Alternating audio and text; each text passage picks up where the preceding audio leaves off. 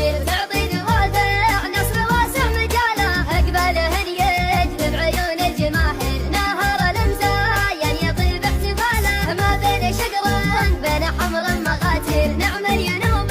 معربات السلاله بحالهن نقل فحول المشاهير صوغان والمسكون وادي العياله الهايله فيهن تقود الطوابير تزهب غير الطايل واعتداله تقول لي مية تدب الدعابير ما عندها غير المها والغزاله وانعرضت الحذره ورفت بنادير راعي الهجر من هايمة خياله نيران تدخل دخول الاعاصير كل تمنى مثلها في حلاله وكسبه لها ميزة في الهجر غير حرب الاذان وكان فيها يباله وحضور سلحود حضور المغاوير تغزي وتنكب بالنصر والجماله ومغيصة ماري وتختال في السن والتوق توقع اشكر تعلت الاله وميسم دمانيه بروض النواوير ولا تنسى يوم المحافل هلاله شي ذكر له اسم بين التعابير واللي بقم فيه الجمال ودلاله ملك الذي له شان عز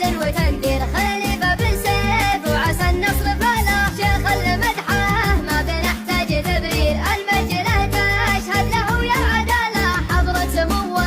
القبل والحضر غير الطيب طبعه والتواضع مجاله يعلى بخيره دايما في رجاخه مع سيفه واخوانه بخير وسهاله يعلى بخيره دايما في رجاخه مع سيفه واخوانه بخير وسهاله حي الدلايل تسوق التباشير تعطي دوافع نصر واسع مجاله اقبالهن يجذب عيون الجماهير نهر المزاين يطيب احتفاله ما بين شقر بين حمر مغاتير نعم الينوب معربات السلاله بحالهن نقل فحول المشاهير صوغان والمسكون وادي العياله الهايله فيهن تقود الطوابير تزهب غير الطايل واعتداله تقول لي مية تدب الدعابير ما عندها غير المها والغزاله وانعرضت الحذره ورفت بنادير راعي الهجر من هايمة خياله نيران تدخل